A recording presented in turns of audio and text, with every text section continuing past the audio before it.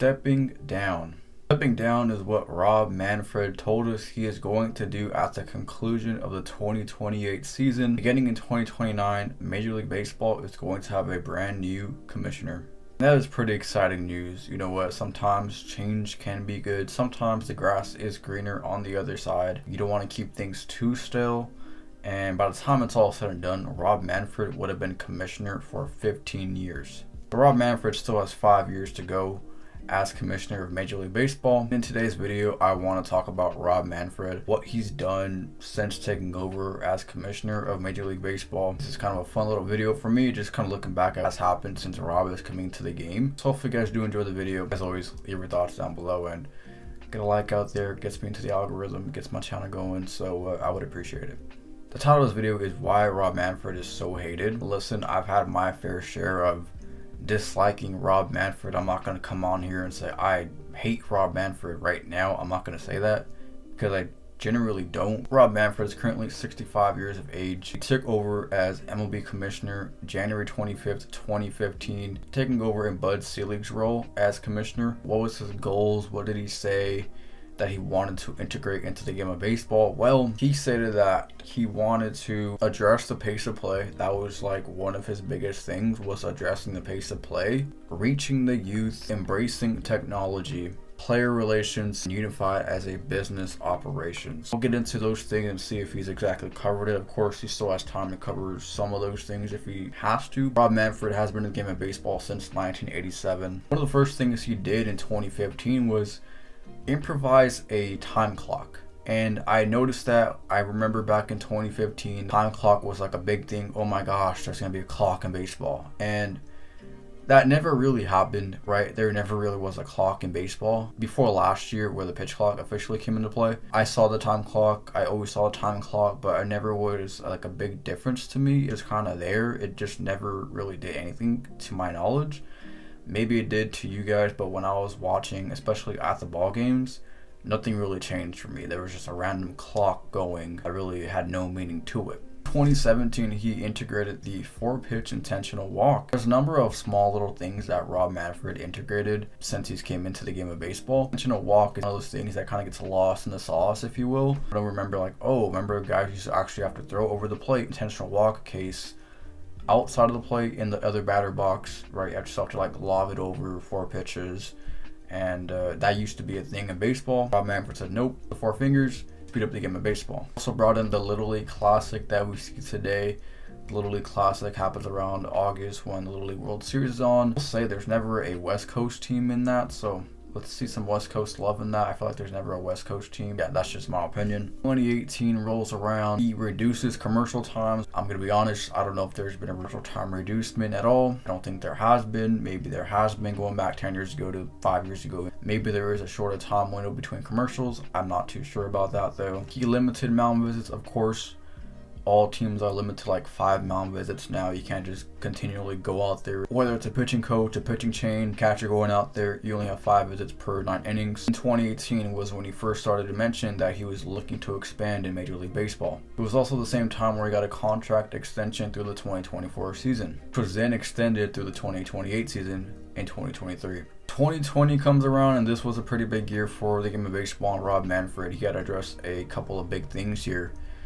Beginning with the Astros cheating scandal, which broke out, and Rob Manfred was the head operator of that as far as the investigation goes. And there is a lot to digest with the Astros cheating scandal, and there's a lot of varying opinions on the Astros cheating scandal and basically how it was handled.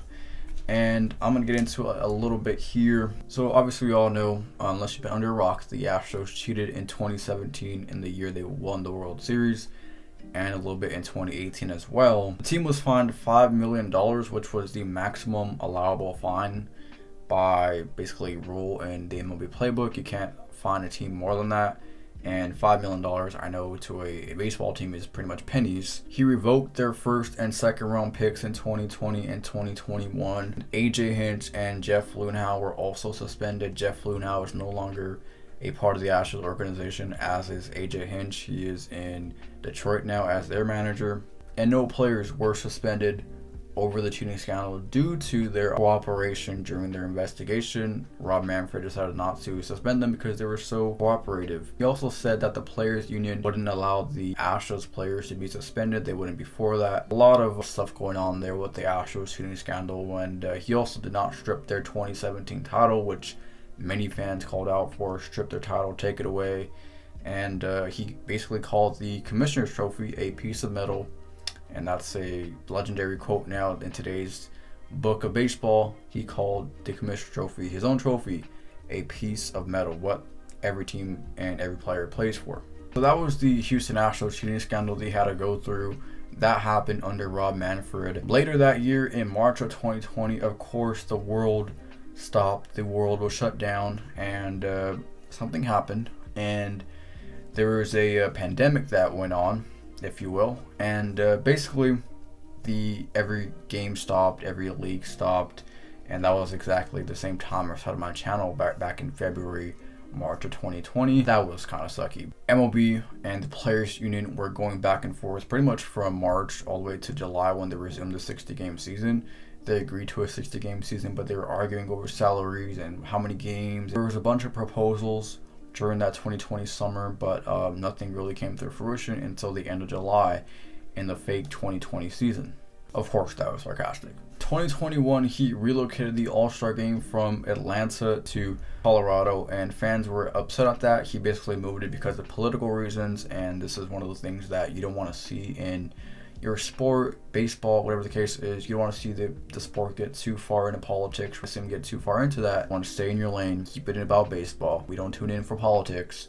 But he moved the All-Star Game. I, for one, am not a fan of that. Took the All-Star Game away from Atlanta, but Atlanta will get the All-Star Game back, I believe, in 2025. And then the lockout happened. 2021, 2022, that lockout took place from the end of November all the way to mid-March. Lengthy negotiations. No players could sign. No players could practice at their facilities. Finally, baseball was back. I believe it was March 10th or something like that. It was a great day when the lockout was over, but the lockout did happen under Rob Manfred. That did take place, a lockout. 2023, the WBC took place, and Rob Manfred has always valued the WBC. According to him and his colleagues, the WBC has always been at the top of his list, and the WBC was a massive hit this year. It was phenomenal, and we look forward to seeing it again in 2026. Of course, the pitch clock was introduced, as well as a couple of other minor rules in 2023, and there were so many people worried about the pitch clock. I told you, don't worry. I think it's going to be okay. I think it'll work out. Pretty sure I wasn't freaked out about it. I think I was like a fan of it.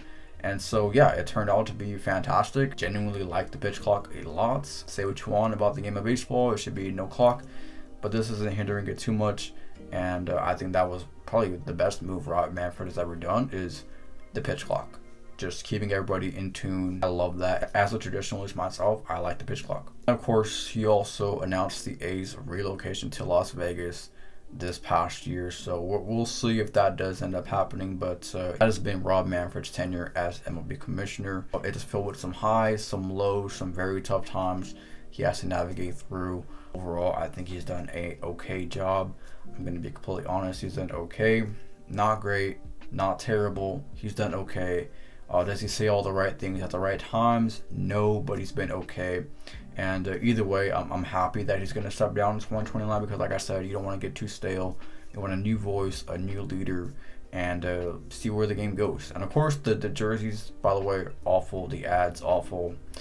That's happened under Rob Manfred, so I should get there in there as well. Let me know your thoughts down below in the comment section about Rob Manfred and the game of Major League Baseball. Have you liked Rob Manfred as commissioner? If not, why do you hate him so much? And let me know one thing you would change about baseball if you're a commissioner for a day.